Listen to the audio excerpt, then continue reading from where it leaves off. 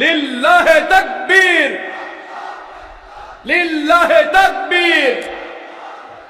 আজারী সাহেবের আগমন, আজারী সাহেবের আগমন। প্রিয় ভাইরা, আপনারা জানেন যে আমি প্রতি বিভাগে একবার করে সফর করছি। তো সেই সুবাদে রংপুর বিভাগের প্রোগ্রামটা আমি লালমনিরহাটে দিয়েছি এবং আমি আশ্বস্ত হয়েছিলাম যে লালমনিরহাটের প্রোগ্রাম খুবই গোছালো হবে, সুষ্ঠু হবে, শান্ত হবে। সেটার নমুনা আলামত আমি দেখতে পাচ্ছি, আলহামদুলিল্লাহ। সবাই খুবই সুশৃঙ্খল, লক্ষ লক্ষ তাওহীদি জনতা, পেছনে অনেকে জায়গা পায় নাই কিন্তু কোনো আওয়াজ নাই, সবাই দাঁড়িয়ে আছে। এলইডি স্ক্রিন আছে, আপনারা স্ক্রিনে দেখতে পাচ্ছেন, আলহামদুলিল্লাহ। আমি সবাইকে দেখতে পাচ্ছি, মাশাআল্লাহ মাশাআল্লাহ। শান্ত হয়ে আপনারা বসুন, অল্প কিছু সময় কথা বলার সুযোগ আমি পাবো। যেহেতু আমি হেলিকপ্টারে করে এসেছি, হেলিকপ্টারগুলোর আবার একটা পলিসি আছে, সানসেটের আগে, সূর্য ডোবার আগে তাদেরকে এয়ারপোর্টে আবার ল্যান্ড করতে হয়। তো এখানে 3:30টার মধ্যে আমাকে উঠে যেতে হবে। আমি যদি বারবার আপনাদেরকে থামাতে থাকি, শান্ত হতে বলি এবং এগুলোতেই যদি আমরা সময় নষ্ট করে ফেলি, তাহলে এই যে বিশাল মহাসমাবেশ, বিশাল আয়োজন, যেখানে 2-4টা আমি বার্তা দিতে চাই, এগুলো ব্যাহত হবে। লালমনিরহাটের ছেলেরা খুব ভদ্র, শান্তশিষ্ট। আসার পর থেকে আমাকে রিসিভ করা থেকে শুরু করে, স্টেজে আনা থেকে শুরু করে, এবং আলহামদুলিল্লাহ তরুণ জেনজি শ্রোতাদেরকে আমি দেখতে পাচ্ছি, তারা খুবই কোঅপারেটিভ। সহযোগিতা করার, কোঅপারেট করার, অ্যাসিস্ট করার মানসিকতা আমার ভাইদের আছে, আলহামদুলিল্লাহ আলহামদুলিল্লাহ। আমি চাইবো আমরা একটু নীরব, নিস্তব্ধ পরিবেশ তৈরি করার একটু চেষ্টা করব। প্রচন্ড রোদ, আপনাদের যেমন কষ্ট হচ্ছে আমারও কষ্ট হচ্ছে। ওনারা বলেছিল স্টেজকে সরাবে, উপরে পর্দা দিবে। আমি বললাম দরকার নাই, দরকার নাই। যেই পরিস্থিতিতে আছি আমরা বসি, শান্ত হইতে হবে। এখানে আমি শান্ত হইতে বলবো, ভলান্টিয়ার্সরা মাইক নিয়ে শান্ত হইতে বলবে, আমাদের সম্মানিত উপস্থাপক উনি শান্ত হইতে বলবে। এগুলোর অপেক্ষায় না থেকে নিজ দায়িত্বে আমরা সবাই শান্ত থাকি, যাতে লালমনিরহাটের এই প্রোগ্রাম একটা ইতিহাস হয়ে থাকে বাংলাদেশে, ঠিক কিনা বলেন? যখন আমি সময় দিব, শাউট করতে বলবো, নয়েজ করতে বলবো, তখন নয়েজ করতে হবে আওয়াজ করে। আর যখন কথা বলবো তখন একেবারে চুপ থাকতে হবে, একেবারে চুপ। মাশাআল্লাহ, হ্যাঁ ঠিক আছে, একেবারে চুপচাপ, একেবারে চুপচাপ থাকতে হবে। ধুলা উড়ানো যাবে না, সামনে আগানো যাবে না। নিজের সুবিধা, নিরাপত্তা বুঝতে হবে। এটা কোনো রাজনৈতিক সমাবেশ না, এখানে লাফালাফি, চিৎকার চেঁচামেচি, হাত দেখানোর দরকার নেই। হাত দেখানোর পর্ব শেষ। এখানেও ঠান্ডা হয়ে গেছে, মাশাআল্লাহ, হ্যাঁ মাশাআল্লাহ। আমাদের ভলান্টিয়ার্স ভাইরা, আমাদের স্বেচ্ছাসেবক ভাইরা, আইন শৃঙ্খলা রক্ষাকারী ভাইরা অনেক চেষ্টা করতেছে, মাশাআল্লাহ, very good. I am very happy to C this scenario, মাশাআল্লাহ, আলহামদুলিল্লাহ। আমি একটু দেখতে চাই যে রংপুর বিভাগের কে কোন জেলা থেকে আপনারা এসেছেন। কুড়িগ্রাম থেকে কারা এসেছেন দেখি, কুড়িগ্রাম, মাশাআল্লাহ মাশাআল্লাহ। আচ্ছা, গাইবান্ধা জেলার কে আসছেন? গাইবান্ধা, হ্যাঁ মাশাআল্লাহ। ঠাকুরগাঁও অনেকে আসছেন। দিনাজপুর জেলা থেকে, মাশাআল্লাহ। নীলফামারী, ঠিক আছে, ফি আমানিল্লাহ। পঞ্চগড় অনেক আসছে। রংপুর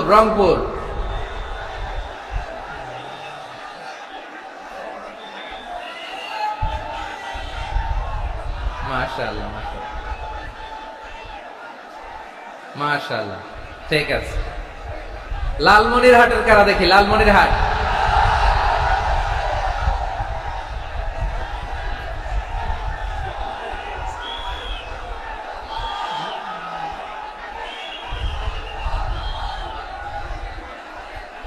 মাশাআল্লাহ মাশাআল্লাহ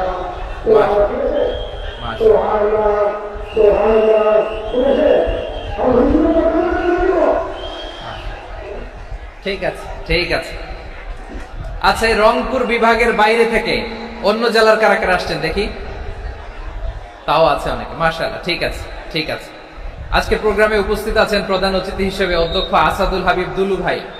সাংগঠনিক সম্পাদক বিএনপি জাতীয় নির্বাহী কমিটির সভাপতি জেলা বিএনপি লালমনিরহাট।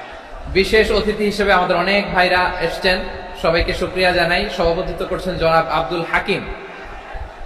আইন শৃঙ্খলা বাহিনী, প্রশাসন, ভলান্টিয়ার্স, শুনেছি আমি প্রায় 5,000 ভলান্টিয়ার্স আপনারা নিয়োগ দিয়েছেন। আলহামদুলিল্লাহ, আলহামদুলিল্লাহ। অনেক গোছালো প্রোগ্রাম। আমার প্রাণ ঢালা ভালোবাসা জানবেন, আমার হৃদয়ের গহীন থেকে ভালোবাসা নিবেন, শুভেচ্ছা জানবেন সবাই। ঠিক আছে, ঠিক আছে। প্রিয় ভাইরা, আমরা কাল বিলম্ব না করে মূল আলোচনায় চলে যেতে চাই। আজকে যে টপিকের উপর আমি কথা বলবো, টপিকটা হচ্ছে peaceful coexistence and communal harmony, শান্তিপূর্ণ সহাবস্থান এবং সাম্প্রদায়িক সম্প্রীতি। আমাদের বাংলাদেশে সাম্প্রদায়িক সম্প্রীতি আছে না নাই? আবহমান কাল থেকে আমরা মুসলিম, হিন্দু, বৌদ্ধ, খ্রিস্টান, পাহাড়ি, নৃগোষ্ঠী মিলেমিশে একাকার, আমরা সবাই মিলে বাংলাদেশ। আওয়াজ করে বলেন ঠিক কিনা? আমাদের পারস্পরিক সম্প্রীতি, ভালোবাসা, সৌহার্দ্যপূর্ণ আচরণ, বোঝাপড়া, এটা বেশ মজবুত, বেশ মজবুত। তবে মাঝে মাঝে আমাদের এই সম্প্রীতির ভেতরে অনেকে ফাটল ধরাতে চায়। আমরা যে সুখে আছি, শান্তিতে আছি, এটা অনেকের ভালো লাগে না, ঠিক কিনা বলেন? আমাদের মধ্যে সাম্প্রদায়িক সম্প্রীতি, সৌহার্দ্যপূর্ণ আচরণ, ভালোবাসা, এটা আবহমান কাল ধরে আছে। তার প্রমাণ, আমরা তাফসিরুল মাহফিলের আয়োজন করলে আমাদের হিন্দু ভাইরা ডিস্টার্ব করে না, ঠিক কিনা? এবং আমি যদি বলি হাত তোলেন, হিন্দু ধর্মের কারা কারা এসেছেন, কত শত কত হাজার যে হাত উঠবে, আপনি অবাক হয়ে যাবেন। আমি চাচ্ছি না হাত উঠাতে। খুলনাতে সর্বশেষ যে আমি প্রোগ্রাম করে গেলাম, সেখানে কয়েকশো হিন্দু ভাই আসছে আমাদের আলোচনা শুনতে, আলহামদুলিল্লাহ। অনেক বৌদ্ধরা আসে, অনেক খ্রিস্টানরা আসে। এবার সফরেও অনেক হিন্দু ভাইরা আমার সাথে দেখা করেছে। তারা বলেছে, হুজুর আমরা আপনার আলোচনা শুনি। আলহামদুলিল্লাহ বলেন। So it's our responsibility to present our religion to our non-Muslim brothers and sisters. আমাদের অমুসলিম ভাই বোনদের কাছে ইসলামের সৌন্দর্য তুলে ধরা, এটা আমাদের দায়িত্ব। We all are the ambassador of Islam. আমরা প্রত্যেকে দায়িত্বশীল, আমরা প্রত্যেকে এক একজন ইসলামের অ্যাম্বাসেডর। আলহামদুলিল্লাহ বলেন। এজন্য এমন ভাবে দ্য বিউটি অফ ইসলাম, ইসলামের সৌন্দর্য আমাদেরকে ফুটিয়ে তুলতে হবে, যাতে করে নন মুসলিমরা শাহাদা পড়ে, কালিমা পড়ে মুসলমান হয়ে যায়। অনেক নন মুসলিম ভাই বোন আমাদের হাতে শাহাদা পড়ে, কালিমা পড়ে মুসলমান হয়েছে, অনেক। সো আমরা যেন ইসলামের বিউটিটাকে তুলে ধরতে পারি, এবং এই যে সম্প্রীতি, এটাকে যেন আমরা অটুট রাখতে পারি। আদতে আদতে বাংলাদেশের ইতিহাস বলে আমাদের দেশে কোনো দাঙ্গা নাই, আছে?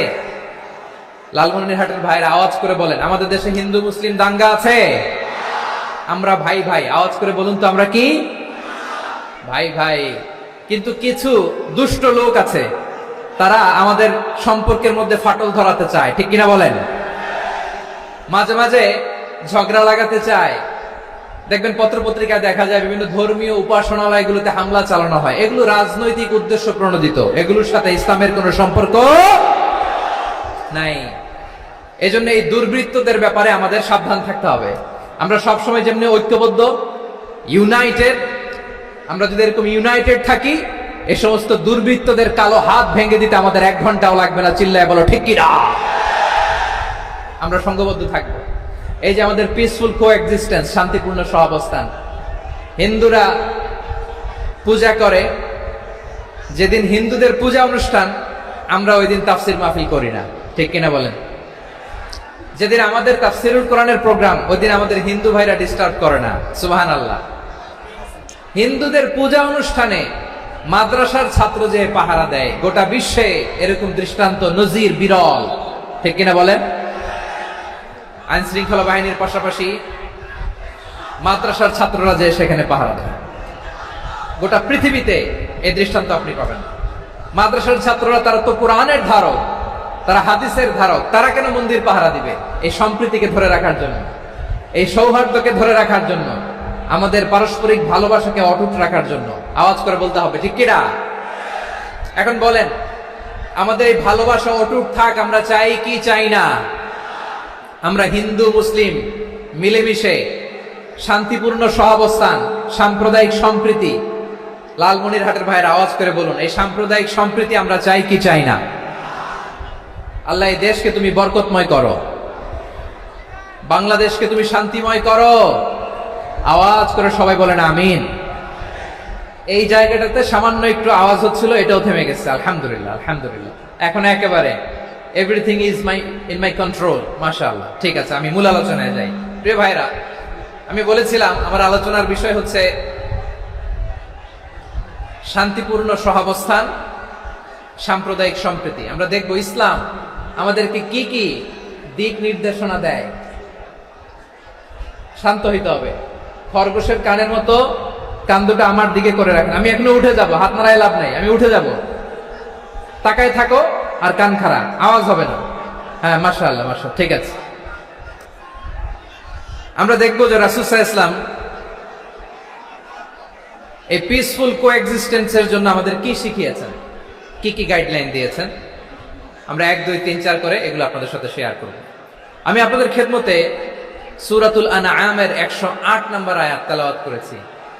এখানে আল্লাহ রাব্বুল ইজ্জা ওয়াল জালাল তিনি ইরশাদ করছেন, ওয়ালা তাসুবুল্লাযীনা ইয়াদউনা মিন দুনিল্লাহি ফায়াসুবুল্লাহা আদওয়ান বিগাইরি ইলম কাযালিকা যায়্যান্না লিকুল্লি উম্মাতিন আমালাহুম সুম্মা ইলা রাব্বিহিম মারজিউহুম ফায়ুনাব্বিউহুম বিমা কানু ইয়ামালুন। রব্বুল আলামিন বলেন, গোলাম ও আমার ইমানদার বান্দারা, শোনো শোনো।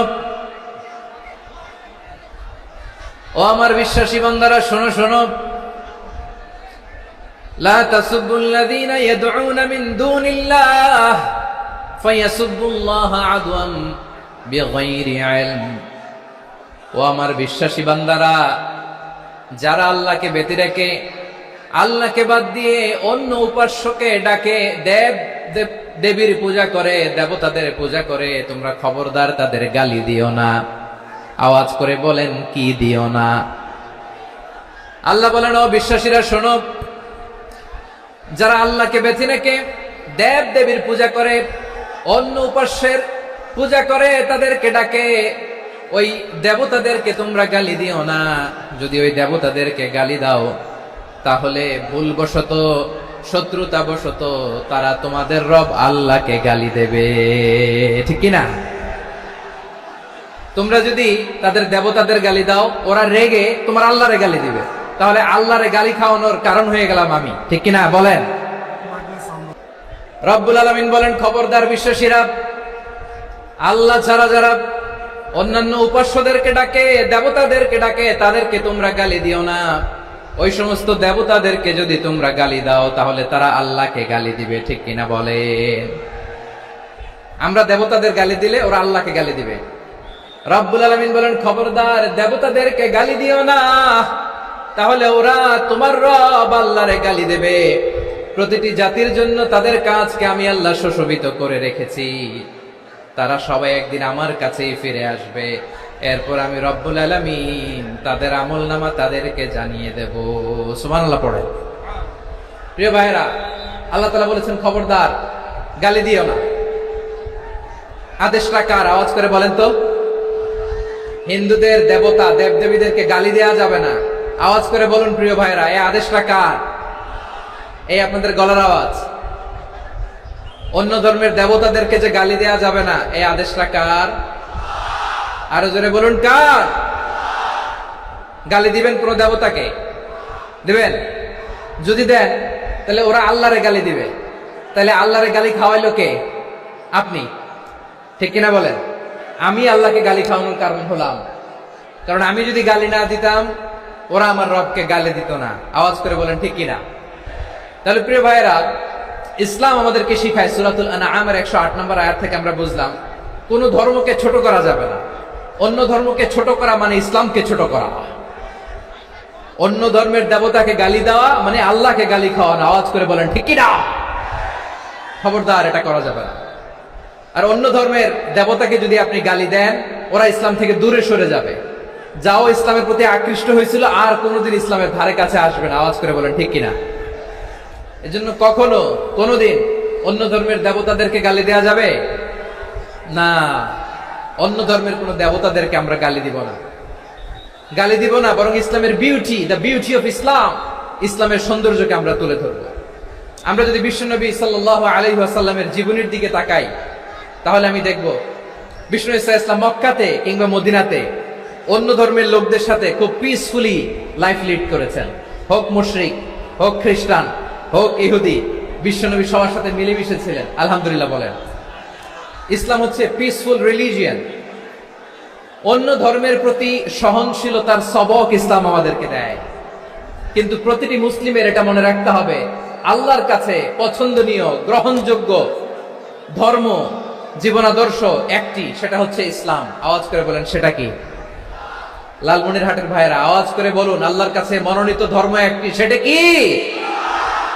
এজন্য রব্বুল আলামিন বলেন, ইন্নাদ-দীনা ইনদাল্লাহিল ইসলাম, আল্লাহর কাছে মনোনীত গ্রহণযোগ্য অ্যাকসেপ্টেড ধর্ম মতাদর্শ একটা, সেটা হলো ইসলাম। ইসলাম ছাড়া অন্য কোন ধর্ম যদি কেউ তালাশ করে, তার ওই ধর্ম আল্লাহ গ্রহণ করবে না। ওমাই ইয়াবতাগি গায়রাল ইসলামি দীনান ফালাই ইউকবালা মিন ওয়া হুয়া ফিল আখিরাতি মিনাল খাসিরিন।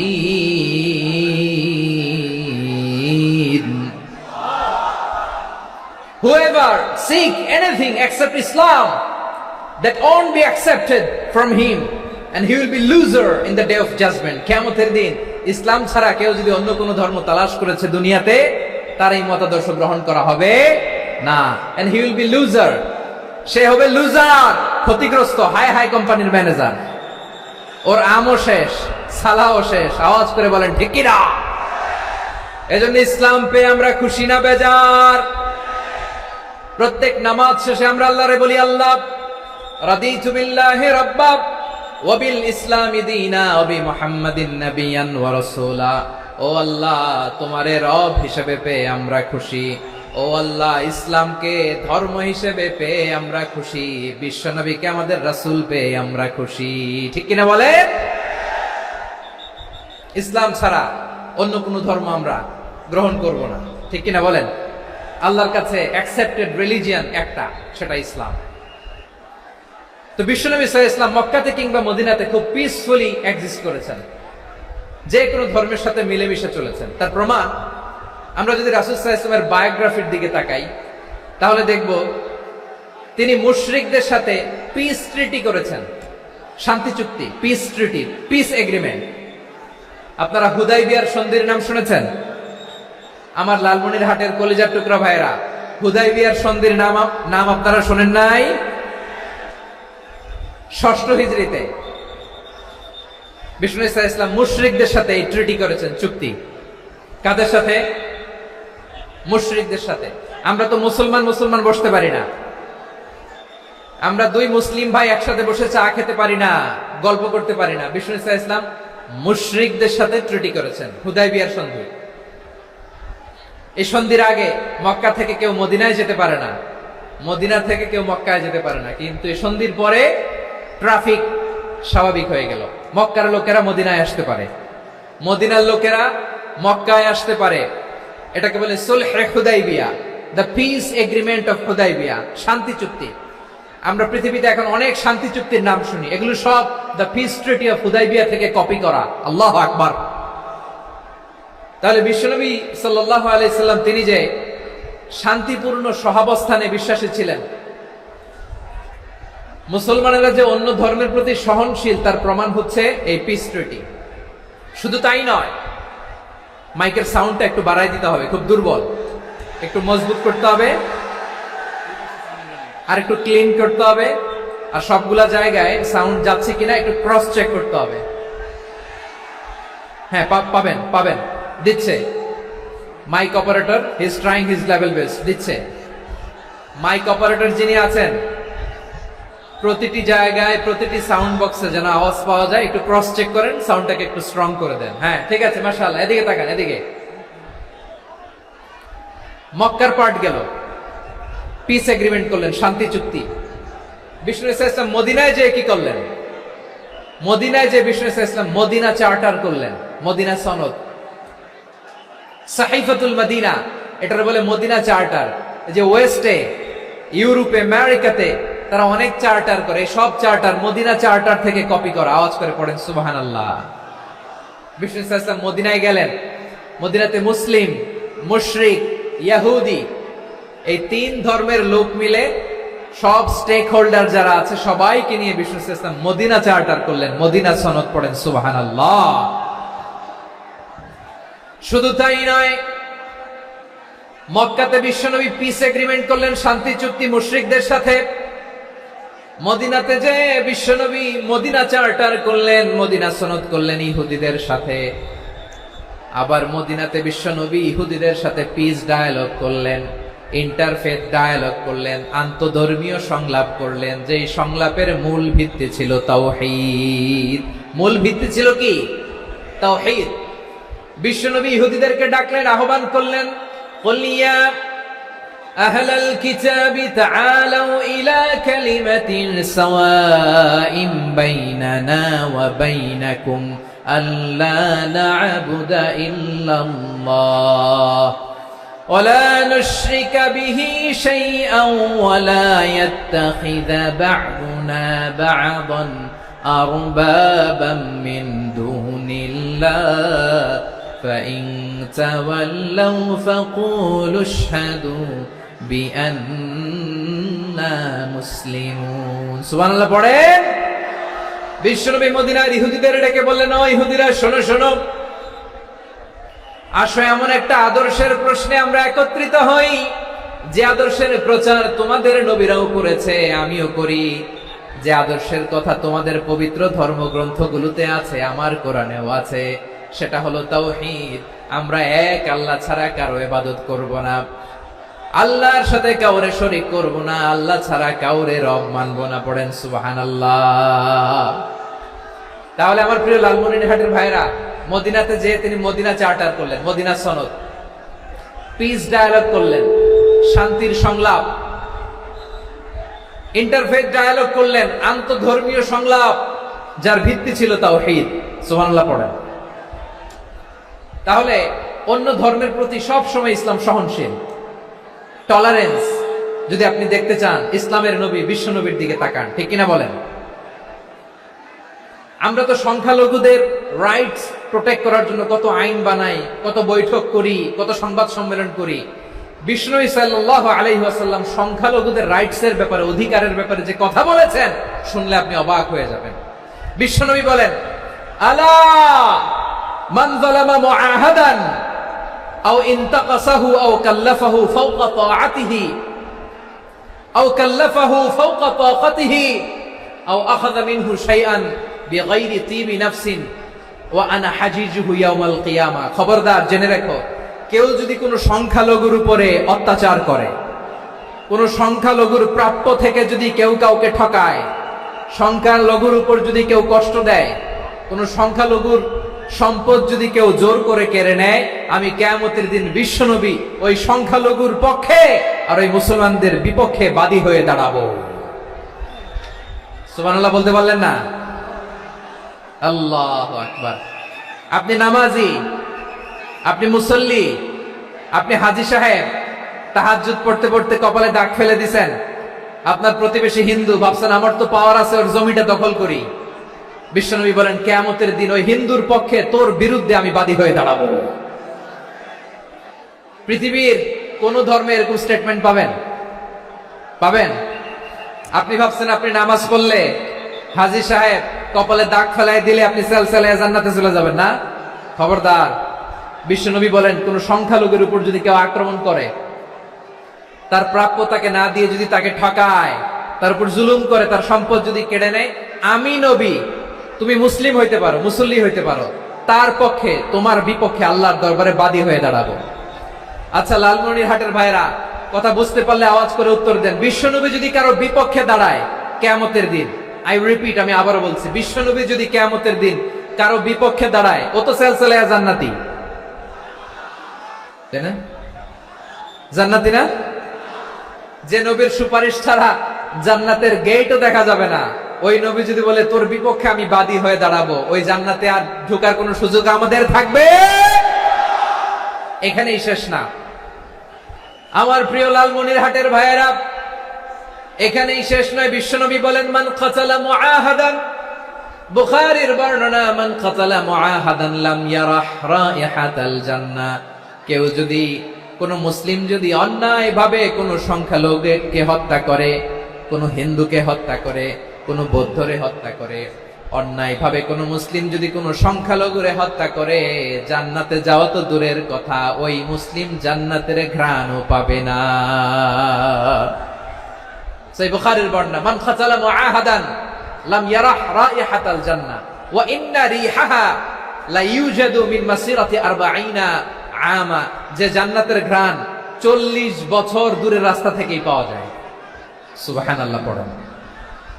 প্রিয় ভাইরা, এখান থেকে জান্নাতে পৌঁছতে লাগবে 40 বছর। এত দূর, কত বছর?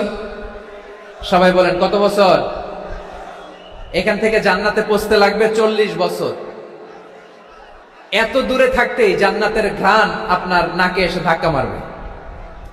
বিশ্বনবী বলেন, যে ব্যক্তি কোন সংখ্যালঘুকে হত্যা করে, জান্নাতের ঘ্রাণ তো পাবেই, জান্নাতে তো ঢুকতে পারবেই না, জান্নাতের ঘ্রাণও তার নাকে লাগবে না। পড়েন নাউযুবিল্লাহ। তাহলে সংখ্যালঘুদের ব্যাপারে ইসলামে অধিকার দেয়া আছে না নাই? লালমনিরহাটের ভাইয়ের আওয়াজ করে বলেন, আমার সংখ্যালঘু হিন্দু ভাইদের রাইটস, অধিকার আমাদের ইসলামে প্রোটেক্টেড আছে না নাই? এখানেই শেষ না। বিষ্ণু ইসলাম আপনার অমুসলিম প্রতিবেশীর সাথে ভালো আচরণ করতে বলেছে। আমাদের হয় না, এটা মুসলিম পাড়া, ওটা বৌদ্ধ পাড়া, হয় না? অনেক সময় হয় না, এটা আমাদের মুসলিম পাড়া, ওইটা হিন্দু পাড়া, এরকম আছে না নাই? লালমনিরহাটে নাই না? আছে? হিন্দু যদি আপনার প্রতিবেশী হয় কি করবেন? ওর কষ্ট দিবেন নাকি? কেন? ও তো হিন্দু, ও তো আমার আল্লাহরে ডাকে না, ওরা কষ্ট দিলে জায়েজ হবে না? খবরদার। বিষ্ণু ইসলাম বলেন, মান কানা ইউমিনু বিল্লাহ ওয়াল ইয়াউমিল আখির ফালিউকরিম জারাহ। যে আল্লাহ বিশ্বাস করে আর আখিরাতে বিশ্বাস করে, সেজন্য প্রতিবেশীর সাথে ভালো আচরণ করে। সুবহানাল্লাহ। কলিজা জুড়ায় যায় না আমার নবীর কথাগুলো শুনলে? যে আল্লাহ বিশ্বাস করে, যে আখিরাতে বিশ্বাস করে, সেজন্য প্রতিবেশীর সাথে ভালো আচরণ করে। এখানে বলছে মুসলিম প্রতিবেশী বলছে,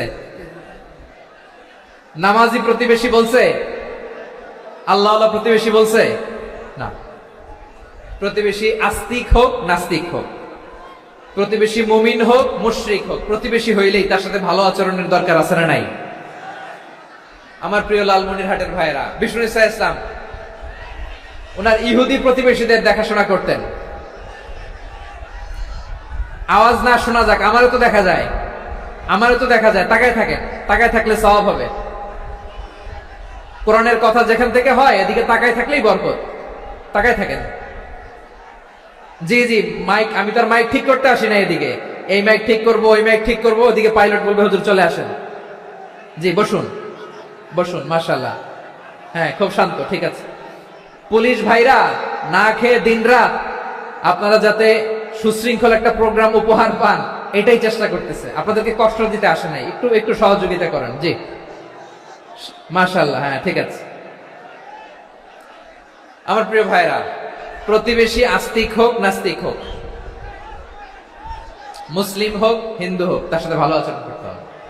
বিষ্ণু ইসলাম ওনার ইহুদি প্রতিবেশীর বাসায় যেতেন। কোন প্রতিবেশী? ইহুদি। আওয়াজ করে বলেন, কোন প্রতিবেশী? ইহুদি। এক ইহুদি কিশোর বিষ্ণু ইসলামের খেদমত করতে, ইহুদি ছেলে আমার নবীর খেদমত করতো। তারা ছিল নবীর প্রতিবেশী। তো অনেকদিন হয় ইহুদি ছেলেটা আসে না। বিশ্বনবী খোঁজ নিলেন, ঘটনা কি? একটা ইহুদি ছেলে না আমার খেদমতে আসতো, ছেলেটা কই? খোঁজ নিয়ে জানলেন ছেলেটা অসুস্থ। বিষ্ণু ইসলাম ওই ইহুদির বাড়িতে চলে গেলেন ওই ছেলেটাকে দেখা করার জন্য, ভিজিট করার জন্য। সুবহানাল্লাহ পড়বেন না? গেলেন, যে দেখে ইহুদি ছেলেটা মুমূর্ষ, জান জান যায় যায় ভাব, বিছানায় পড়ে আছে, তার বাবা দাঁড়ানো। বিশ্বনবী তার মাথার পাশে বসলেন, মাথায় হাত বুলিয়ে দিলেন, আর ছেলেটাকে বললেন আসলিম, হে ইহুদি ছেলে, আসলিম, ইসলাম ধর্ম গ্রহণ করো। তো ছোট্ট ছেলে ভাবে আমরা ইহুদি, এখন ইসলাম ধর্ম গ্রহণ করলে আব্বা যদি বকা দেয়, ফানাযারা ইলা ওয়াজহি আবি, ছেলেটা তার বাবার চেহারার দিকে তাকালো, দেখি আব্বা কি কয়। আব্বা যদি বলে তাইলে ইসলাম ধর্ম গ্রহণ করবে। ইহুদি ছেলেটা তার বাবার দিকে যখন তাকালো, ওর বাবা বলে আতি আবুল কাসিম, আবুল কাসিম যা বলে তাই করো। আবুল কাসিম হচ্ছে বিষ্ণু ইসলামের একটা কুনিয়াত, উপনাম। আমার রাসূলের বড় ছেলের নাম ছিল কাসেম। যেমন দেখবেন আমাদের এলাকায় কারো বড় ছেলের নাম যদি হয় আব্দুল্লাহ, এরা আব্দুল্লাহর বাপ বলে ডাকে। কারো বড় মেয়ের নাম যদি হয় ফাতেমা, এরা কি ডাকে? ফাতেমার বাপ বলে না? তো বিষ্ণু ইসলামের বড় ছেলের নাম ছিল কাসেম। ইহুদি বাবা বলল আতি আবুল কাসেম, আবুল কাসেম যা বলে তাই শোনো, মানে মোহাম্মদ যা বলে তাই শোনো। এই কথা শুনে ছেলে সাহস পাইছে, ছেলে আবার পড়তে আরম্ভ করলো আশহাদু আল্লাহ ইলাহা ইল্লাল্লাহ ওয়া আশহাদু আন্না মুহাম্মাদার রাসূলুল্লাহ, পড়েন আল্লাহু আকবার। বিশ্বনবীর আহ্বান শুনে ওই আহ্বানে সাড়া দিয়ে ইহুদি ছেলে শাহাদা পড়ে মুসলমান হয়ে গেল। তার হৃদয়টারে ঈমানের নূর দিয়ে আলোকিত করে দিল কে? প্রিয় ভাইরা, এবার রাসূল সাল্লাল্লাহু আলাইহি ওয়াসাল্লাম বের হয়ে আসলেন ঘর থেকে, আর বললেন আলহামদুলিল্লাহিল্লাযী আনকাযাহু মিনান নার, প্রশংসা সে আল্লাহর যে আল্লাহ জাহান্নামে চলে যাচ্ছিল প্রায় এমন একটা লোককে মুহূর্তের মধ্যে কালেমায়ে শাহাদাতের বদৌলতে জান্নাতি বানায় দিলেন। আওয়াজ করে পড়েন সুবহানাল্লাহ। এই হাদিস থেকে আমরা কি শিখলাম? What is the moral of the story? এক নম্বর স্টোরি হলো, প্রতিবেশী ইহুদি হোক হিন্দু হোক, যাবেন, সুসম্পর্ক রাখবেন, উপহার দিবেন, বিপদে পাশে দাঁড়াবেন, তাইলেই তো আপনাদের প্রতি, মুসলমানদের প্রতি তারা আকৃষ্ট হবে, ঠিক কিনা বলেন? আপনি যদি হিন্দুদের সাথে বৌদ্ধদের সাথে নাই মিশেন, নাস্তিকের কাছে নাই যান, তো ইসলামের সৌন্দর্যটা ওরা বুঝবে কেমনে? আমার অনেক হিন্দু পরিচিত ভাই আছে, ওরা আমাদের ইফতারির প্রোগ্রামে এসে একসাথে ইফতারি করে। অনেক মদখোর আমার সাথে বসে একসাথে ডিনার করে, হাফ প্যান্ট পরা, গলায় স্বর্ণের চেইন, হাতে স্বর্ণের ব্রেসলেট, আইসা আমার সাথে ডিনার করছে, আছে এরকম। গাঁজাখোর, আমি বলে আসো, welcome welcome to my dinner, আসো বসো, বসলেই তো আমি ওর ডিএনএ, চিন্তার ডিএনএ চেঞ্জ করে দেওয়ার সুযোগ পাবো, চিল্লায় বলো ঠিক কি না? আসতে হবে আমার কাছে। Our door is open, the door of Islam is open 24/7।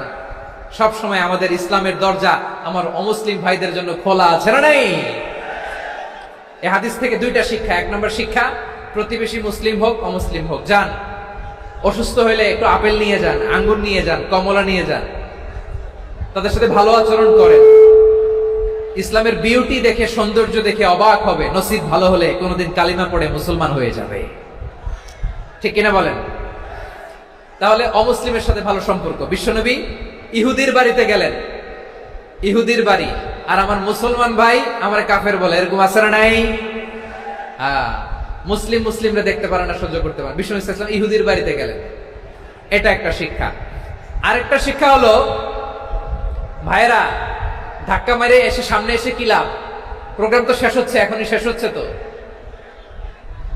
এই যে আমাদের বকশি ভাই ওয়াদা নিল, হাত তোলালো, মিম বলে এত কথা বললো, তো আমি জেলায় জেলায় যে খালি হাত নাড়াই তোমাদের জন্য নাকি? হ্যাঁ, হাত নাড়াই শুধু। এই ধাক্কাইতে ধাক্কাইতে এদিকে এসে হাত নাড়াইতেছে, হয়েছে তো, দেখলাম তো, ঠিক আছে, মাশাআল্লাহ, অনেক সুশৃঙ্খল, অন্যান্য যে কোনো জেলার জন্য সুশৃঙ্খল। আমার দিকে তাকাও, আমার দিকে তাকাও, ঠিক আছে। এই যে দাঁড়িয়ে আছে, একটা ছেলে নড়ে না, দেখছেন? মাশাআল্লাহ মাশাআল্লাহ মাশাআল্লাহ। হ্যাঁ, এইভাবে। আর কয়েকটা মজাদার কথা আছে, শোনো। এই হাদিস থেকে আমাদের শিক্ষা হলো, আমার প্রতিবেশী যেই ধর্মের হোক আমি সম্পর্ক রাখবো। অসুস্থ হলে যাব, কি বলেন ভাইরা? যাবেন না? যাবেন না আপনারা? আচ্ছা, 2 নম্বর শিক্ষা হলো, বিষ্ণু ইসলামের খাদেম ছিল ইহুদি, এতদিন খেদমত করলো, একদিনও বিশ্বনবী ওরা কালিমার দাওয়াত দেয় নাই। কারণ কি? বিশ্বনবী একটা ভালো সময়ের অপেক্ষা করতেছিলেন, প্রপার টাইমিং। দাঈর কাজ হচ্ছে দাঈ ইলাল্লাহ, সে হচ্ছে সুযোগ সন্ধানী। দাঈ সুযোগ খোঁজে, কখন দাওয়া দিলে ব্যাটে বলে হবে, ঝোপ বুঝে কোপ মারে, ঠিক কিনা বলেন?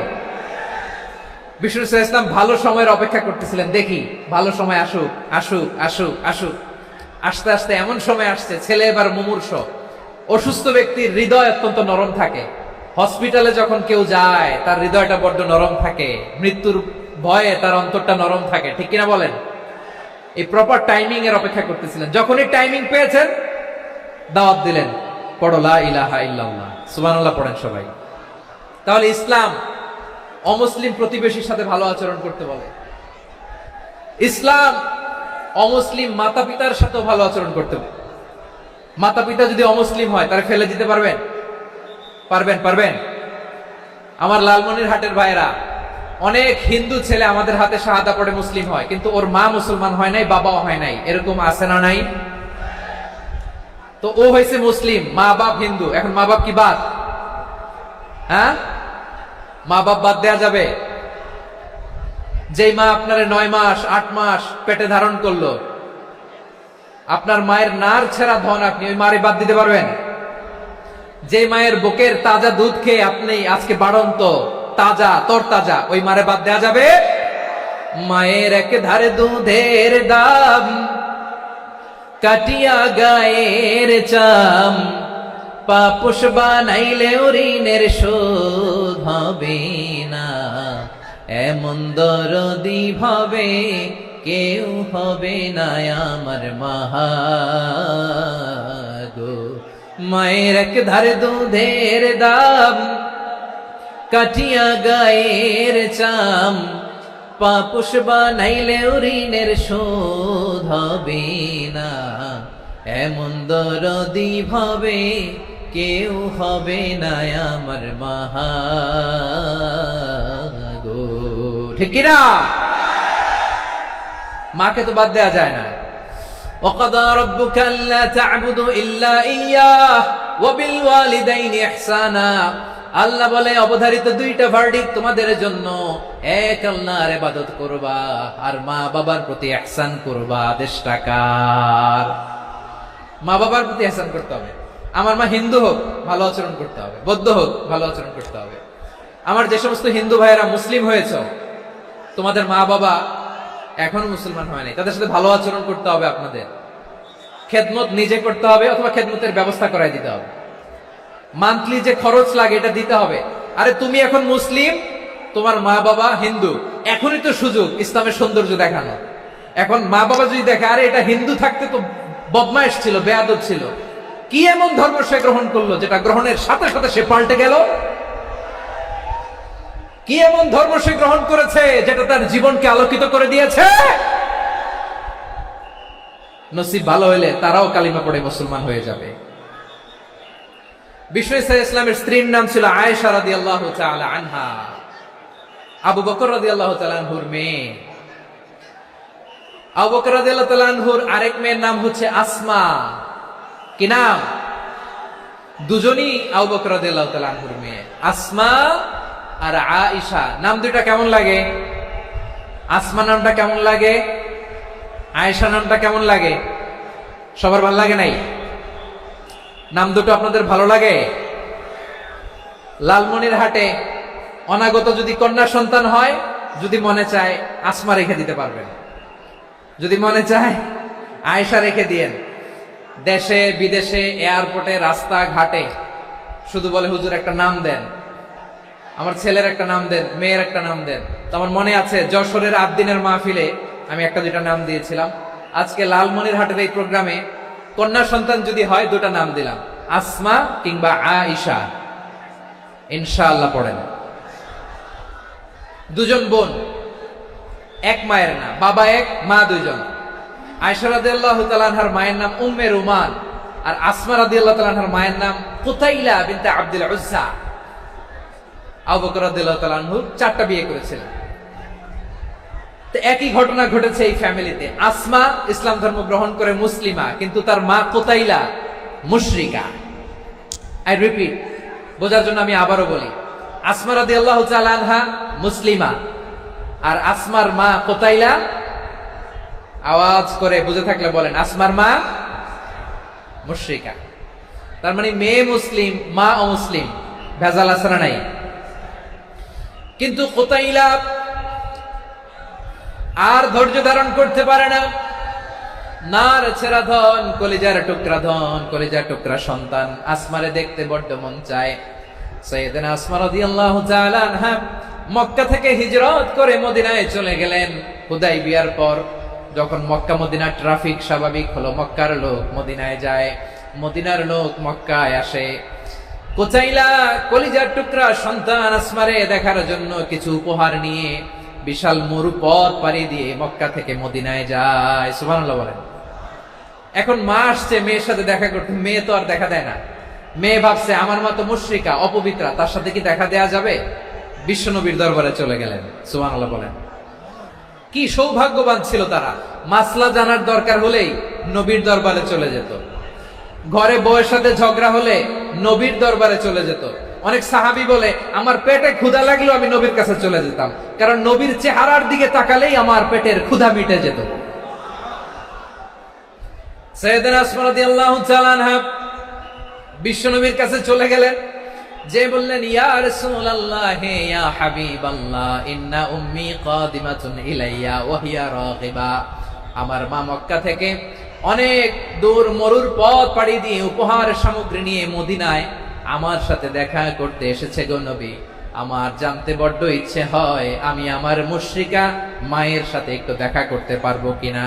আফা আসিলুহা, আগে যেমনি আমি আমার মায়ের সাথে ভালো আচরণ করতাম, যেমনি আমি আমার মায়ের সাথে সদাচরণ করতাম গো নবী, এখন আমি মুসলিমা মা মুশরিকা, এখনো কি আগের মতো সদাচরণ করতে পারবো নাকি? বিশ্বনবী বললেন নাম সিলিহা, হ্যাঁ রে আসমা, অবশ্যই অবশ্যই, আগে ঠিক যেমন তুমি তোমার মায়ের সাথে ভালো আচরণ করতে এখনো তেমনি আগের মতো ভালো আচরণ করবা। আওয়াজ করে পড়েন সুবহানাল্লাহ।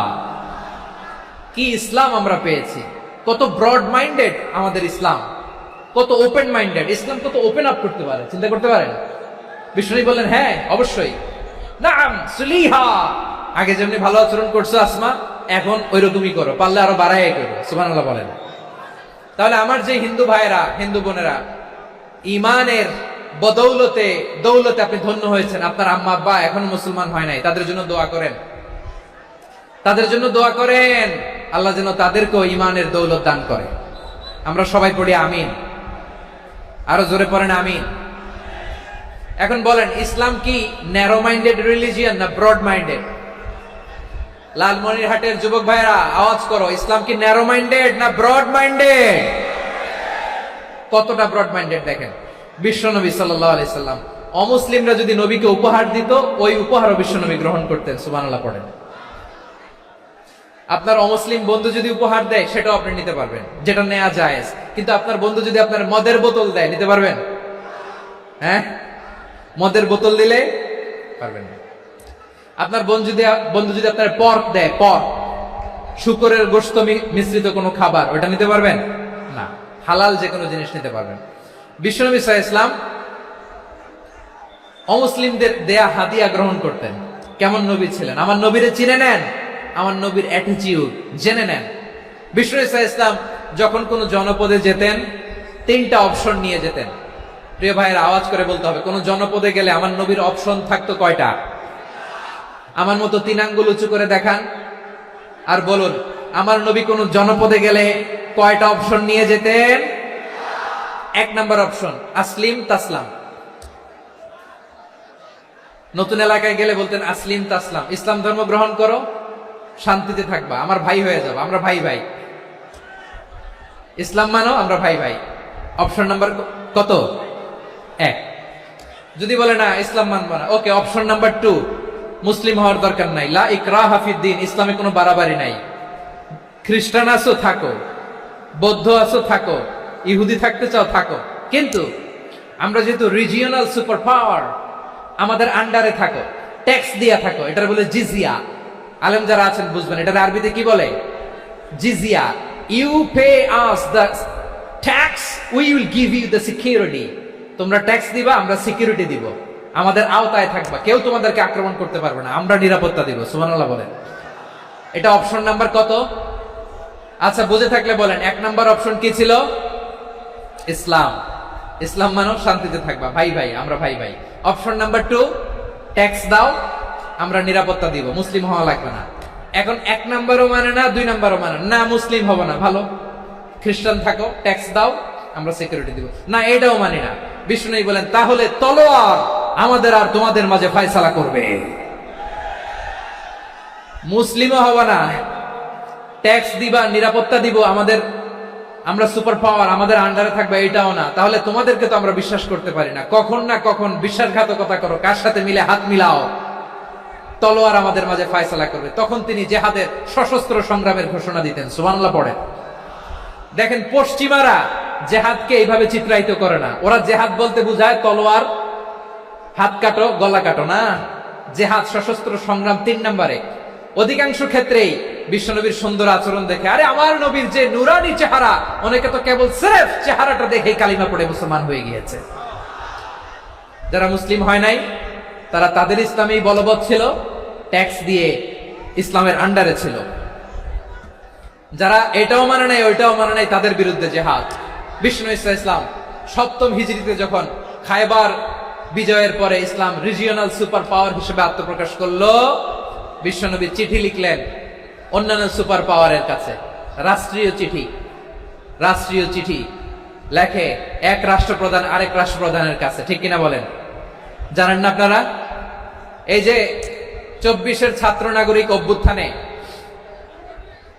এই অভ্যুত্থান যখন শুরু হয়, আমি তখন সাউথ আফ্রিকাতে একটা স্ট্যাটাস দিয়েছিলাম, কোটা নয় গোটা দেশ সংস্কার করা লাগবে। শুধু বাংলাদেশ নয়, সারা বিশ্বের বাংলা ভাষাভাষী লোকেরা এই আন্দোলনের সাথে সমর্থন তারা করেছে, এটাকে সাপোর্ট করেছে, তারা সমর্থন দিয়েছে। আমাদের ইউনাইটেড আরব আমিরাতের বাংলাদেশি ভাইরা তারা সেখানে রাস্তায় নেমে এসেছিল, জানেন? ওইখানে ডেমনস্ট্রেশন করা যায় না, সেখানকার সরকার তাদেরকে যাবজ্জীবন দিয়েছিল। তখন আমাদের এই যে প্রধান উপদেষ্টা ডক্টর মোহাম্মদ ইউনূস সরাসরি G2G বলে, এটারে G2G, government to government, G2G, উনি চিঠি লিখলেন যে তাদেরকে, ইউর হাইনেস, হে সম্মানিত আমির, আপনি আমার এই চিঠির কারণে আমার সম্মানে এই 53 জন বাংলাদেশিকে মাফ করে দেন। এই চিঠির বদৌলতে বেকসুর খালাস পেয়ে গিয়েছিল আমাদের ভাইরা। জানেন না এই ঘটনা আপনারা? তাহলে গভর্নমেন্ট টু গভর্নমেন্ট চিঠি দেওয়া হয়। 7ম হিজরিতে বিষ্ণু ইসলাম সব সুপার পাওয়ারের কাছে চিঠি দিলেন, রোমান সম্রাটের কাছে, পারস্য অধিপতির কাছে, মিশরের অধিপতির কাছে, সবার কাছে চিঠি লিখলেন। চিঠির ভাষা ছিল এরকম, মিন মুহাম্মাদিন রাসূলিল্লাহ ইলা মুকাওকিস আযীমিল কিবত, মুহাম্মদ রাসূলুল্লাহর পক্ষ থেকে মিশরের বাদশার কাছে, আসলিম তাসলাম, ইসলাম মানো শান্তিতে থাকবা, সালামুন আলা মান ইত্তাবাআল হুদা, শান্তি তার জন্য যে হেদায়েতের অনুসরণ করে। সুবহানাল্লাহ পড়েন। তো এই চিঠি অনেকে ভালোভাবে রিসিভ করেছে, অনেকে এই চিঠি পাওয়ার পরে নবীর কাছে আবার ইন রিটার্ন উপহার পাঠিয়েছে। কি পাঠিয়েছে? উপহার। মিশরের বাদশা মুকাওকিস তিনি বিশ্বনবীকে বিশাল এক উপহারের ডালি পাঠিয়েছেন। মিশরের বাদশা মুকাওকিস ছিলেন ধর্মে খ্রিস্টান।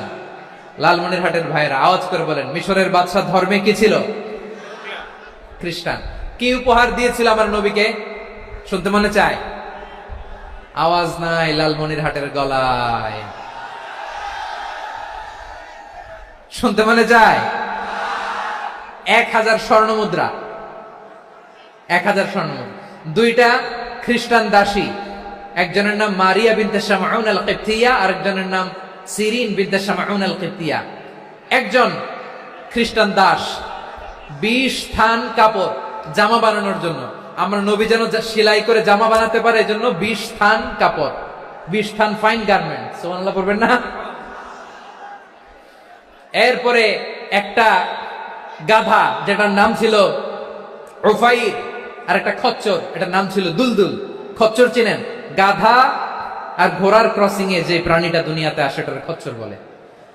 তো এই যে সুপার পাওয়ার খ্রিস্টান বাদশার কাছে নবী চিঠি লিখলেন, ওই খ্রিস্টান বাদশা আমার নবীকে উপহার দিল। বিশ্বনবী এই উপহারগুলো সানন্দে গ্রহণ করেছে। সুবহানাল্লাহ পড়বেন না? তাহলে অমুসলিম কেউ যদি আপনাকে উপহার দেয়, হালাল উপহার হলে আপনি গ্রহণ করতে পারবেন। অনুরূপভাবে পারস্যের বাদশা, রোম সম্রাট বিশ্বনবীকে উপহার পাঠিয়েছেন। আমার নবী সবগুলো উপহার, গিফট গ্রহণ করেছেন। সুবহানাল্লাহ বলেন। তাহলে প্রিয় লালমনিরহাট, আওয়াজ করে বলুন, ইসলাম কি ন্যারো মাইন্ডেড রিলিজিয়ন না ব্রড মাইন্ডেড? আম্মাজান আয়েশার কাছে মাসালা জানতে চায় মেয়েরা, হে আম্মাজান, অগ্নি উপাসকেরা তাদের ঈদের দিন নওরোজের সময় আমাদেরকে পাখি দেয়, নেওয়া যাবে? উনি বললেন, ওরা জবাই করে দিলে নেওয়া যাবে না, কিন্তু ওরা যদি ফল মূল এরকম খাবার দেয় এগুলো নেওয়া যাবে। তার মানে অমুসলিমদের দেয়া উপহার এটা গ্রহণ করা যায়। সুবহানাল্লাহ বলেন। শুধু তাই নয়, বিষ্ণু ঈসা ইসলাম অমুসলিমদের সাথে আর্থিক লেনদেনও করেছেন, ফিনান্সিয়াল ডিলিং করেছেন। অমুসলিমদের সাথে প্রয়োজনে আপনি ফিনান্সিয়াল ডিলিং করতে পারবেন। আমরা প্রায় দেখি বাজারের মিষ্টির দোকানগুলো আমার হিন্দু ভাইদের। লালমনির হাটে মিষ্টির দোকান, দইয়ের দোকান কারা চালায়? হিন্দুরা চালায় না। তারপরে যে বারবার শপ চুল কাটে যে নাপিত, অধিকাংশ নাপিতের দোকানে কারা? আমার হিন্দু ভাইরা। তা আপনি চুল কাটতে পারবেন কিনা বলেন? পারবেন। তার দোকান থেকে দই মিষ্টি কিনতে পারবেন কিনা? হ্যাঁ, আমার মুসলিম ভাইয়ের দোকান থাকলে ওইটার আমি বেশি প্রায়োরিটি দিব, ঠিক কিনা? কিন্তু যদি তাদের সার্ভিস নিতে চান, প্রোডাক্ট নিতে চান, পারবেন। তার দলিল সহিহ বুখারী, আম্মা জান আয়েশা রাদিয়াল্লাহু তাআলা আনহা বলেন, ইশতারা রাসূলুল্লাহ সাল্লাল্লাহু আলাইহি ওয়াসাল্লাম মিন ইয়াহুদিন তুআমান ওয়া রাহানাহু দিরআহু মিন হাদিদ। রাসূল সাল্লাল্লাহু আলাইহি ওয়াসাল্লাম এক ইহুদির কাছ থেকে, কার কাছ থেকে? সবাই বলে নাই, কার কাছ থেকে? আমার নবী, পেয়ারা নবী এক ইহুদির কাছ থেকে জব কিনেছিল, জব, বার্লি, যেটা দিয়ে রুটি বানায়। ওই জবের দাম দেওয়ার টাকা পয়সা নবীর কাছে ছিল না, ফলে নবী ওনার একটা পোশাককে মর্গেজ রেখেছিলেন, মর্গেজ, বন্ধক, যে এখন এটার দাম দিতে পারবো না, কয়েক কেজি বার্লি নিয়ে যাই আর বন্ধক হিসেবে আমার জামাটা রেখে গেলাম, যেদিন দাম দিব ওই দিন জামাটা ছুটাই নিয়ে যাব। সুবহানাল্লাহ পড়বেন না?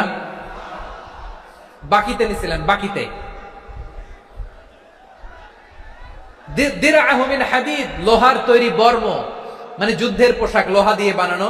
বিষ্ণুনবী বললেন, কয়েক কেজি জব দাও, টাকাটা পরে দিব, এখন টাকা নাই, বন্ধক হিসেবে, মর্গেজ হিসেবে আমার জামা রেখে গেলাম, যখন টাকা দিব জামা ছুটায় নিব। আওয়াজ করে বলতে হবে সুবহানাল্লাহ।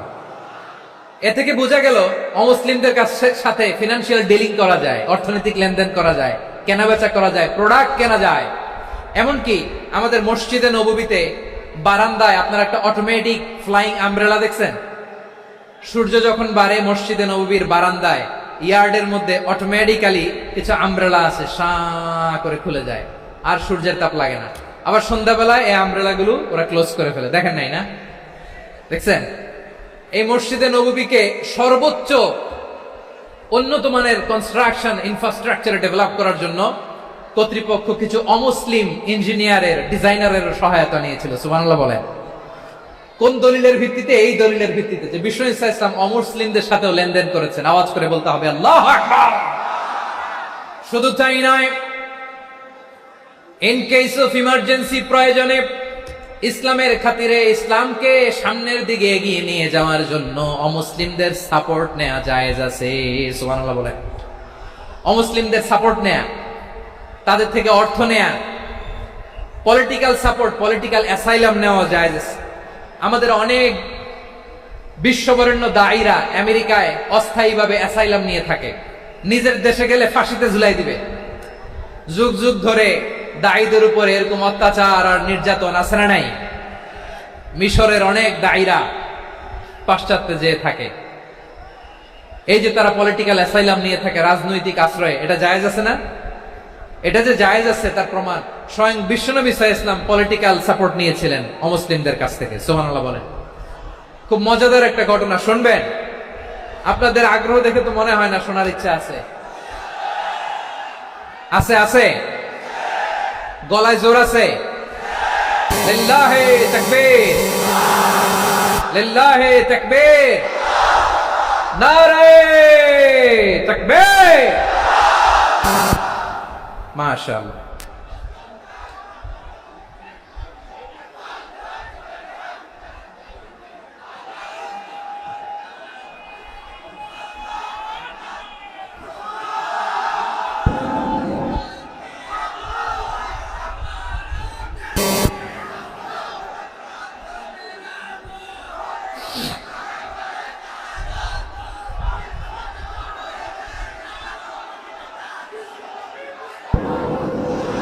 মাশাআল্লাহ, মাশাআল্লাহ। থামুন, থামুন আমার ভাইরা। বিশ্বনবীর বয়স তখন প্রায় 51 বছর। কত বছর? বিশ্বনবীর সবচেয়ে কাছের মানুষ খাদিজা রাদিয়াল্লাহু তাআলা আনহা ইন্তেকাল করেছেন। বিশ্বনবী বড্ড কষ্ট পেলেন, হৃদয়টা ভেঙে খান খান। যিনি ঘরের ভেতরে বিশ্বনবীকে সান্ত্বনা দিতেন, ভালোবাসা দিতেন, বাইরে গেলে কুরাইশরা বকাঝকা করে, অত্যাচার করে, কিন্তু আম্মাজান খাদিজা রাদিয়াল্লাহু তাআলা আনহা ঘরটারে এমন শান্তির নীড় বানায় রেখেছেন, এই ঘরের ভিতরে ঢুকলে বিশ্বনবীর কলিজাটা ঠান্ডা হয়ে যেত। এজন্য রব্বুল আলামিন বলেন, খাদিজা, ও আমার বান্দি খাদিজা, জান্নাতে এমন স্পেশাল একটা ঘর আমি তোমার জন্য রেডি করে রেখেছি। ওই ঘরের মধ্যে কোনো আওয়াজ নাই, ওই ঘরের মধ্যে কোনো নয়েজ নাই, ওই ঘরে কোনো বিশৃঙ্খলা নাই। কারণ মক্কার জমিনে আমার নবী কুরাইশদের বিশৃঙ্খলা, নয়েজ আর ঝামেলাগুলোকে উপেক্ষা করে যখন তোমার ঘরের ভেতরে ঢুকতো, ঘরটারে তুমি শান্তির নীড়, ঠান্ডা, নীরব, নিস্তব্ধ, নিঝুম আর শান্তির নীড় বানিয়ে রেখেছ। এজন্য জান্নাতে স্পেশাল একটা শান্তির নীড় আমি তোমারে উপহার দেব। ওই প্রিয়তমা স্ত্রী খাদিজা ইন্তেকাল করলেন, বিশ্বনবীর হৃদয় ভেঙে খান খান। আবার ওনার চাচা আবু তালেব ইন্তেকাল করলেন, যিনি পলিটিক্যাল শেল্টার দিতেন নবীকে। কে দিতেন? আবু তালেবের ভয়ে, বিশ্বনবীর এই চাচার ভয়ে কোন মুশরিক নবীর গায়ে হাত দেওয়ার সাহস পায় নাই। এখন স্ত্রীও নাই, চাচাও নাই, নবীকে আশ্রয় দেওয়ার কেউ নাই, নবীর চারদিকে অন্ধকার। নবী এখন কই যাবেন? আমার পেয়ারা নবী নতুন স্টেশন খুঁজতেছেন, নতুন দাওয়াতি প্ল্যাটফর্ম খুঁজতেছেন। তিনি যায়েদ বিন হারেসা রাদিয়াল্লাহু তাআলা আনহুকে নিয়ে মক্কার পাশের একটা নেইবরিং সিটি তায়েফে চলে গেলেন। কোথায় চলে গেলেন? লালমনিরহাটের ভাইয়ের আওয়াজ করে বলেন, কোথায় গেলেন? তায়েফে চলে গেলেন দিনের দাওয়াত দেওয়ার জন্য। কি দেওয়ার জন্য? নাকি জমি কিনতে গেছিলেন? জমি কিনতে, দুনিয়ার যশ খ্যাতির জন্য, নিজের কোনো লাভের জন্য? তায়েফবাসীদেরকে জাহান্নামের আগুন থেকে বাঁচানোর জন্য। আওয়াজ করে বলতে হবে, ঠিক কিনা? বিশ্বনবী বিশাল মরুপথ, পাহাড়ি পথ পাড়ি দিয়ে তায়েফের মরুজমিনে গেলেন কোরআনের দাওয়াত নিয়ে, ইমানের দাওয়াত নিয়ে। কিন্তু তায়েফের লোকেরা বিশ্বনবীর দাওয়াতকে শুধু প্রত্যাখ্যান করেই থামে নাই, তারা বিশ্বনবীর সাথে অত্যন্ত খারাপ আচরণ করেছে। বিশ্বনবীকে শারীরিকভাবে হেনস্থা করেছে, আমার নবীকে শারীরিকভাবে অত্যাচার করেছে, আমার পেয়ারা নবীর গায়ে পাথর মেরেছে, বিশ্বনবীর গা বেয়ে ঝরঝর করে রক্ত ঝরেছে, নবী জামিনের মধ্যে লুটিয়ে পড়েছেন, আবার মেরেছে, আবার নবী হাঁটতে শুরু করলেন, পেছন থেকে আবার মেরেছে, আবার নবী রক্তাক্ত হয়ে জামিনের মধ্যে লুটিয়ে পড়লেন, আবার মেরেছে। বিশ্বনবীর মতো এত সুশ্রী মানব, বিশ্বনবীর মতো এত শুভ্র মানব, বিশ্বনবীর মতো এমন চমৎকার দেহাবয়ব দিয়ে রব্বুল আলামিন কাউকে বানান নাই। এরকম চমৎকার মানুষটাকে তারা তায়েফের ওই জমিনে রক্তাক্ত করেছে। বিশ্বনবী দুনিয়ার কোনো স্বার্থের জন্য সেখানে যান নাই, নিজের কোনো লাভের জন্য, প্রাপ্তির জন্য যান নাই, তায়েফবাসীদের জাহান্নামের আগুন থেকে বাঁচাতে গিয়েছেন। ঠিক কিনা বলে? খেয়ে না খেয়ে দিন প্রচারের কাজে নিজেকে দিয়েছ বিলিয়ে, তায়েফের কাফিরেরা চিনল না সে আলো, দুষ্ট ছেলেদের পিছু দিল লেলিয়ে, পাথরের আঘাতে ক্ষত বিক্ষত হয়ে সারা শরীর থেকে রক্ত ঝরে। হে রাসূল তোমাকে ভুলি আমি কেমন করে, হে রাসূল তোমাকে ভুলি আমি কেমন করে। পারেন না আপনারা? ধরুন আমার সাথে, হাজার ব্যথা বেদনার পরে ফিরে আসনি তুমি আপন ঘরে, দিনের আলো তুমি ছড়িয়ে দিতে চলে গেলে মদিনায় মক্কা ছেড়ে। হে রাসূল তোমাকে ভুলি আমি কেমন করে, হে রাসূল তোমাকে ভুলি আমি কেমন করে। ঠিক কিনা বলে? প্রিয় ভাইরা, তায়েফের ছেলেরা নবীকে রক্তাক্ত করলো। আমার নবী কই যাবে? কই যাবে? মক্কায় জায়গা নাই, তায়েফে জায়গা নাই, তায়েফ থেকে ভারাক্রান্ত মন নিয়ে আমার নবী মক্কায় ফিরে আসলেন। বিশ্ব নবী মক্কায় ঢুকতে পারেন না। মক্কার মরুভূমির দিকে তাকিয়ে, উপত্যকার দিকে তাকিয়ে বিশ্বনবী ধা ধা করে কাঁদেন, ঝরঝর করে। নবীর চেহারা মোবারক থেকে চোখের পানিগুলো বেয়ে বেয়ে পড়ে। আমার জন্মস্থান, আমার শৈশব, কৈশোর, যৌবন কেটেছে এই মক্কায়। আমার এলাকায় আমি ঢুকতে পারি না। বিশ্বনবী মক্কার অনতি দূরে দাঁড়িয়ে জায়েদকে পাঠালেন, জায়েদ যাও, দেখো কেউ আমাকে সাপোর্ট করার মতো আছে কিনা। যাও অমুকের কাছে যাও। জায়েদ গেলেন, তারাও প্রত্যাখ্যান করে ফিরিয়ে দেয়। বিশ্বনবী বললেন যাও অমুক লোকের কাছে যাও, তিনিও প্রত্যাখ্যান করে ফিরিয়ে দিলেন। কেউ বিশ্বনবীকে আশ্রয় দিতে রাজি হয় না। নিজ জন্মভূমিতে বিতাড়িত বিশ্বনবী, সর্বশেষ বিশ্বনবী বললেন যাও মুতঈম ইবনে আদির ঘরে যাও। মুতঈম ইবনে আদি মুশরিক, তার কাছে যাও। গেলেন, মুতঈম ইবনে আদি রাজি হয়ে গেল। সুবহানাল্লাহ বলেন। দেখেন, অনেক বিপদের সময়ও আমি নিজে সাক্ষী, সামাজিক ভাবে, রাজনৈতিক ভাবে কত ঝঞ্ঝা, কত ষড়যন্ত্র, কত কনস্পাইরেসি পাড়ি দিয়ে আমাদেরকে সামনে এগিয়ে যেতে হয়। এই শত্রুদের ভেতরেও একজনকে দাঁড় করিয়ে দেয় যে আল্লাহর কোরআনের জন্য রেডি হয়ে যায়। করেন সুবহানাল্লাহ। মুতঈম ইবনে আদি, আল্লাহ তার মনকে নরম করে দিলেন। মুতঈম বলে, মুহাম্মদ আমি তোমাকে আশ্রয় দিব। তার দুই ছেলেকে পাঠালেন, যাও খোলা তলোয়ার নিয়ে, স্কট দিয়ে, গার্ড অফ অনার দিয়ে মুহাম্মদকে মক্কায় ঢুকাও, আর বলো আমি আমান দেব। আমান কি দিব? আমান মানে সিকিউরিটি, নিরাপত্তা। সিকিউরিটি ছাড়া, আমান দেওয়া ছাড়া কেউ থাকতে পারতো না মক্কায়। দুই ছেলে বিষ্ণু ইসা ইসলামকে নিয়ে আসলো। নবী কাবার চারদিকে তাওয়াফ করলেন, নামাজ পড়লেন। আবু জাহেল, উতবা, শাইবা, ওয়ালিদ ইবনে মুগীরা সবাই দেখে, কেউ কিছু করতে পারে না। কারণ মুতঈম ইবনে আদি ঘোষণা দিয়েছেন, আমি মুহাম্মদকে আমান দিয়েছি, মুহাম্মদের গায়ে যেন কেউ স্পর্শ না করে। আওয়াজ করে পড়েন সুবহানাল্লাহ। নবীর এই বিপদকালে মুহূর্তে মুতঈমের হৃদয়টারে নরম করে দিল কে? আচ্ছা, লালমনিরহাটের ভাইরা বলেন, এই মুতঈম কি মুসলিম ছিল না মুশরিক? সবাই বলতে হবে, মুসলিম না মুশরিক? তাহলে মুশরিকের কাছ থেকে নবী পলিটিক্যাল অ্যাসাইলাম, আধুনিক রাষ্ট্রবিজ্ঞানের ভাষায় পলিটিক্যাল অ্যাসাইলাম, যেটাকে বলে রাজনৈতিক আশ্রয়, উনার আমান বা নিরাপত্তার এই ঘোষণায় তিনি মক্কায় ঢুকলেন। যতদিন নিরাপত্তা ছিল ছিলেন। মুতঈম যখন মারা গেল, বিষ্ণু ইসলাম হিজরত করে মদিনায় চলে গেলেন। সুবহানাল্লাহ। কিন্তু মুতঈম যে বিশ্বনবীর উপকার করছে, এটা বিশ্বনবী ভুলে নাই। আমাদের অনেকে আছে, উপকার করার পরে আর খেয়াল থাকে না, খাওয়ার পরে গলা দিয়ে নামলে আর খেয়াল থাকে না। এরকম আছে না নাই? আমার নবী ভুলে নাই। বদরের প্রান্তরে 70 জন কাফেরকে যখন বন্দী করে বিশ্বনবীর সামনে হাঁটু গেড়ে দাঁড় করানো হলো, বসানো হলো, 70 জন কাফের। কয়জন?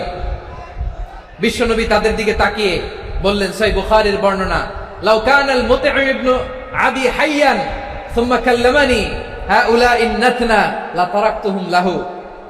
বদরের প্রান্তরে 70 জন বন্দী কাফিরের দিকে তাকিয়ে আমার নবী বললেন, আজকে মুতঈম ইবনে আদি যদি বেঁচে থাকতো আর তোমাদের 70 জনের ব্যাপারে যদি মুতঈম এক বাক্যে একটা সুপারিশ করত, তার সম্মানে আজকে তোদের সবাইকে আমি মাফ করে দিতাম।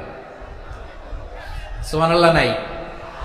ওই যে চিল্লাচিল্লি যে কথা বুঝে নাই, কোন জিনিস মিস করছে ওরা নিজেরাও বুঝে নাই। বিশ্বনবী মুতঈমের এই সাহায্যের কথা বলে নাই। 70 জন মুশরিক হাঁটু গেড়ে বসা, নবী চাইলে এখনই এক্সিকিউশন অর্ডার দিতে পারে। তিনি বললেন, আজকে যদি মুতঈম বেঁচে থাকতো আর মুতঈম যদি তোদের জন্য সুপারিশ করতে, এই আবর্জনাগুলোর ব্যাপারে সুপারিশ করতে, আমি মুহূর্তেই তোদেরকে এমনি মাফ করে দিতাম। এবার বলেন, ইসলাম কি ন্যারো মাইন্ডেড না ব্রড মাইন্ডেড? শুধু তাই নয়, যাকে যে সম্মান দেয়ার আমার নবী দিতেন, হোক আস্তিক হোক নাস্তিক, হোক মুসলিম হোক অমুসলিম।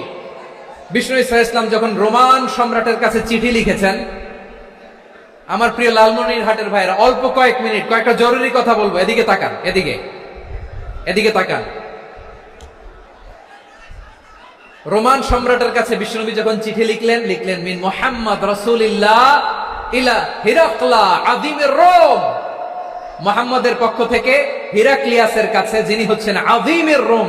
এটা নবী নিজ থেকে বানায় লিখছেন, অতিরিক্ত সম্মান দিয়ে। কোন রাষ্ট্রপ্রধান যখন আসে, তাদেরকে আমরা কি বলি জানেন? তার নামের শেষে HE এটা লিখতে হয়। H.E. মানে হিজ এক্সেলেন্সি। কি লেখে? His Excellency. অথবা ইউর হাইনেস, ইউর ম্যাজেস্টি। দেখেন, বিশ্বনবী সাল্লাল্লাহু আলাইহি ওয়াসাল্লাম সব নবীদেরও নবী, তিনি একজন মুশরিক খ্রিস্টান সম্রাট, রোমান সম্রাটের কাছে চিঠি লিখতে যায়, লিখতেছে ইলা হিরাকলা আযীমির রোম, হিরাক্লিয়াসের কাছে আমার চিঠি, যিনি রোমের আযীম, হিজ হাইনেস, মানে রোমের অনেক সম্মানিত এক বাহাদুর। আওয়াজ করে বলেন সুবহানাল্লাহ। তার মানে যাকে যে সম্মান দেয়ার এটা বিশ্বনবী দিতেন। এমনকি যেই ইহুদিরা ভালো ছিল, এই ইহুদিদেরও প্রশংসা করেছেন বিশ্বনবী মুহাম্মদুর রাসূলুল্লাহ সাল্লাল্লাহু আলাইহি ওয়াসাল্লাম। এক ইহুদির প্রশংসা করেছেন বিশ্বনবী। ইহুদি কার? কার? আমি তো আমার ভাইয়ের প্রশংসা করি না, আমি তো এক আলেম আরেক আলেমরে স্পেস দেই না, আমি তো এক দায়ী আরেক দায়ীর সাথে বসতে চাই না। আমার নবী ইহুদির প্রশংসা করে। কার প্রশংসা?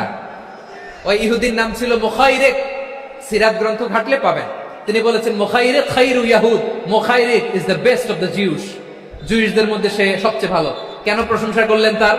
এর কারণ মদিনা চার্টারে কথা ছিল সব ধর্মের মুসলিম, মুশরিক, ইহুদিরা মিলে মদিনাকে রক্ষা করবে।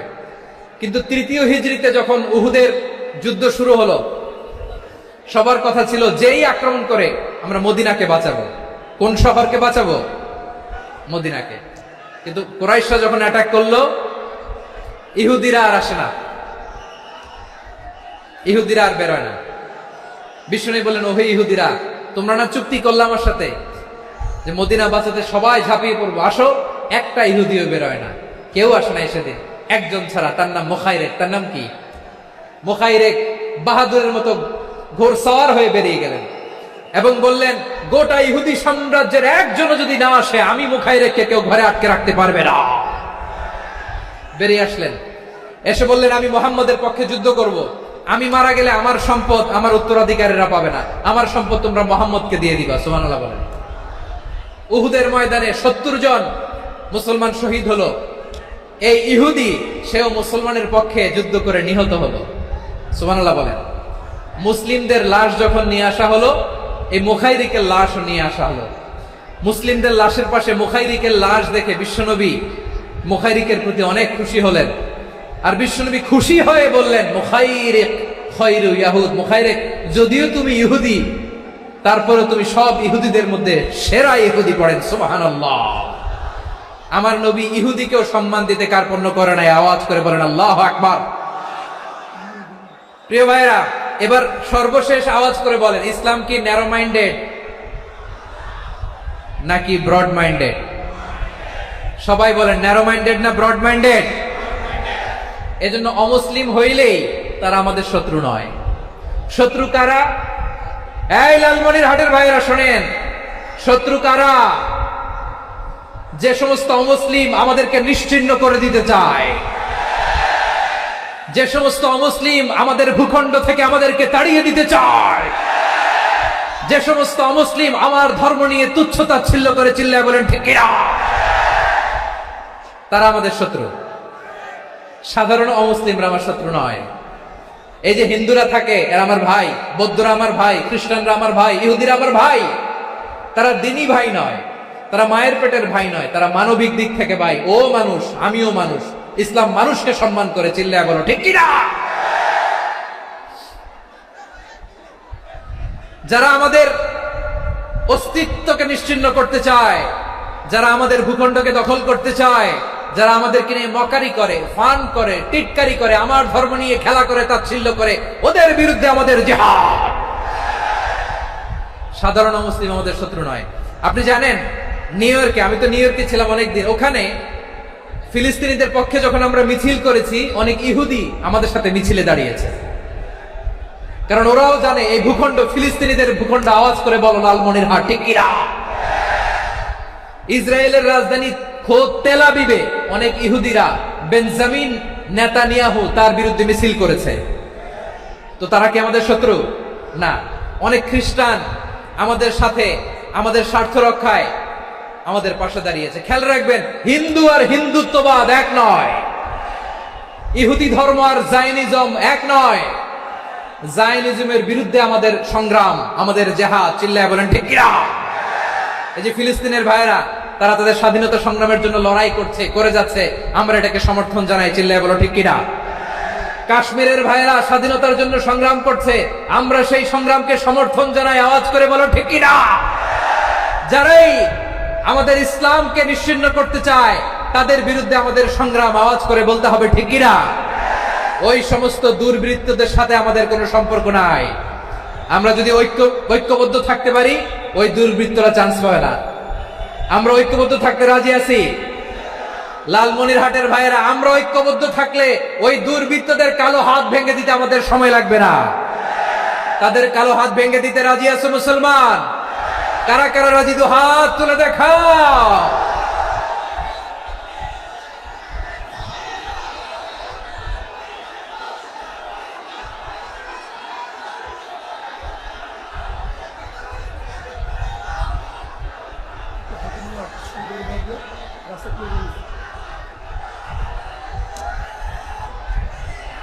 আমার প্রাণ প্রিয় লালমনিরহাটের ভাইয়েরা, শত্রু কাফের আর অশত্রু কাফেরের মধ্যে পার্থক্য আছে না নাই?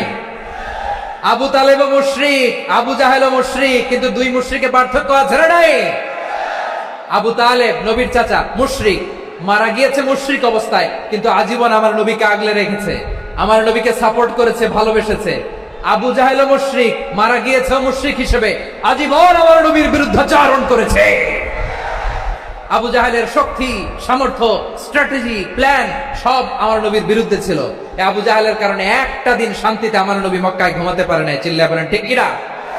এজন্য রাব্বুল আলামিন বলেন, লা ইয়ানহাকুমুল্লাহু আনিল্লাযীনা লাম ইউকাতিলুকুম ফিদ-দীনি ওয়া লাম ইখরিজুকুম মিন দিয়ারিকুম আন তাবাররুহুম ওয়া তুকসিতু ইলাইহিম ইন্নাল্লাহা ইউহিব্বুল মুকসিতিন।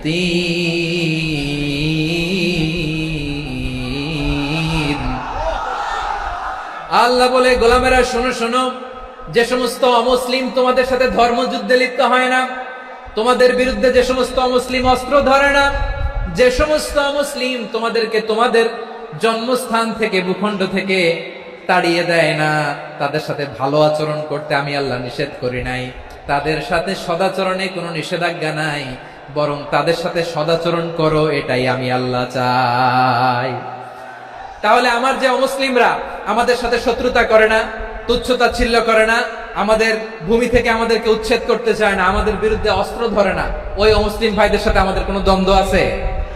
কোনো বিরোধ আছে? বরং আছে ভালোবাসা। বরং আছে কি? এই ভালোবাসা দিয়ে আমরা বিশ্ব জয় করব। রাজি আছে মুসলমান? আমাদের পুঁজি ভালোবাসা। আমাদের পুঁজি কি? এবার আওয়াজ করে বলেন, আমার এই পুরো আলোচনা থেকে the religious coexistence, peaceful coexistence, শান্তিপূর্ণ সহাবস্থান, কমিউনাল হারমোনি, এই সাম্প্রদায়িক সম্প্রীতি, এই আলোচনা থেকে কি বুঝলেন? ইসলাম কি ন্যারো মাইন্ডেড না ব্রড মাইন্ডেড? এই ব্রড মাইন্ডেড হৃদয় নিয়ে, ভালোবাসা দিয়ে আমরা বিশ্ব জয় করতে চাই। রাজি আছেন? আল্লাহ কবুল করুক। আমরা সবাই পড়ি আমিন। লালমনিরহাটের জেলা স্টেডিয়ামে আমার প্রিয় মায়েরা, বোনেরা, আপনাদের জন্য একটা হাদিস বলে শেষ করব। বিশ্বনবী বলেন, আমার মায়েরা খেয়াল করে শুনুন, বিশ্বনবী আপনাদের উদ্দেশ্য করে বলেন, আল মারআতু ইযা সাল্লাত খামসাহা ওয়া সামাত শাহরাহা হাফিজাত ফুরুজাহা আতাআত বা'লাহা ফালতাদখুল মিন আইয়ি আবওয়াবিল জান্নাতি শাআত। বিশ্বনবী বলেন, ও রমণীরা, ও নারীরা, যে সমস্ত নারী এই চারটা কাজ করবে, এই চারটা কাজের গ্যারান্টি দিবে, তাদেরকে জান্নাতের 8টা দরজার গ্যারান্টি দেয়া হবে। কি চারটা কাজ? 1 নম্বর, আল মারআতু ইযা সাল্লাত খামসাহা, যে নারী 5 ওয়াক্ত নামাজ পড়ে। কি করে? জেলা স্টেডিয়ামে অবস্থানরত আমার নারীরা, বোনেরা, বিশ্বনবী আপনাদেরকে 4টা কাজের কথা বলেছেন, খুব বেশি না। 4টা করলে 8 জান্নাতের দরজা সব খোলা। কোনটা দিয়ে যাবেন? যেটা দিয়ে মনে চায়। 1 নাম্বার 5 ওয়াক্ত নামাজ। আমার বোনেরা জোহরের নামাজ পড়তে পড়তে এটা আসরে নিয়ে যায়, আসর পড়তে পড়তে এটা মাগরিবে নিয়ে যায়। এরকম আসরা নাই? লালমনিরহাটে হয়তো নাই। আমার বোনেরা এটা করবেন না। ইন্নাস সালাতা কানাত আলাল মুমিনিনা কিতাবাম মাওকুতা, সময় মতো করবেন। সামাত শাহরা, রমাদানের রোজাগুলো রাখবেন। হাফিজাত ফুরুজাহা, যে নারী তার চরিত্রকে হেফাজত করে, তার প্রাইভেট হেফাজত করে, তার লজ্জাস্থান হেফাজত করে। ও মায়েরা, আপনার এই গর্ভ যে কত দামি আপনি জানেন না। আপনার এই গর্ভ থেকে জন্মাবে আগামী সালাহুদ্দিন আল আইয়ুবী। আপনার গর্ভ থেকেই জন্মাবে ইমাম আল মাহদি আল মুনতাদার। আপনার পেট থেকে জন্মাবে আবু সাইদের মতো বীর সৈনিক। আপনার পেট থেকে জন্মাবে মুগ্ধের মতো বীর মুজাহিদ। আপনি জানেন না কে আসবে আপনার পেট থেকে। সময়টাকে কাজে লাগান, ইসলামকে বোঝেন, মানেন, আমাদের ইসলামিক লেকচারগুলো শোনেন। আমরা যে বার্তাগুলো, ইনস্ট্রাকশনগুলো, দিক নির্দেশনাগুলো আপনাদের খেদমতে রাখি, এগুলো মেনে চলুন। আপনিই পারেন আপনার ঘরটাকে জান্নাতের টুকরা বানাতে। একটা family, it's a very big institution and you are the MD, the managing director of this institution. চিল্লায় বলেন ঠিক কিনা? চাইলেই পারেন ঘরটারে জান্নাতের টুকরা বানাতে। 5 ওয়াক্ত সালাত, রমাদানের রোজা, নিজের চরিত্রের হেফাজত, ও আতাআত বালাহা, স্বামীর আনুগত্য। এটাতে অনেকে ভুল করে থাকে। হায় রে আমার বোনেরা, স্বামীর আনুগত্যকে এটা নিজের অপমান মনে করবেন না। আপনার স্বামী আপনার সবচেয়ে বড় গার্ডিয়ান, তিনি আপনার সবচেয়ে ভালো চায়। নারী কখনো গার্ডিয়ানশিপের বাইরে থাকতে পারে না। হয় আপনি বাবার গার্ডিয়ানশিপের ভেতরে, বাপ না থাকলে ভাই আপনার গার্ডিয়ান, ভাই না থাকলে চাচা গার্ডিয়ান, বিয়ের পরে আপনার স্বামী আপনার গার্ডিয়ান। শরিয়া সম্মত স্বামীর আদেশগুলো আপনি মেনে চলবেন, কিন্তু শরিয়া বিরুদ্ধ কোনো আদেশ মানতে আপনি বাধ্য নয়। আওয়াজ করে বলুন সবাই ঠিক কিনা? এই 4টা কাজ যদি কোনো নারী করে, বিষ্ণুই বলেন জান্নাতের 8টা দরজা খোলা, তোমার যেটা দিয়ে মনে চায় সেটা দিয়ে জান্নাতে তুমি এন্ট্রি নিতে পারবা। আমরা এখানে লালমনিরহাটের সোহরাওয়ার্দী ময়দানে আজকে যেমন একত্রিত হতে পারলাম, আল্লাহর জান্নাতেও যেন একত্রিত হতে পারে। আল্লাহ তুমি তৌফিক দান করো। আল্লাহ আমার এই কলিজার টুকরা যুবক ভাইদেরকে তুমি ওমরে ফারুকের মতো কবুল করো। জেলা স্টেডিয়ামে অবস্থানরত আমার মা বোনদেরকে তুমি ফাতেমার মতো, খাদিজার মতো কবুল করো।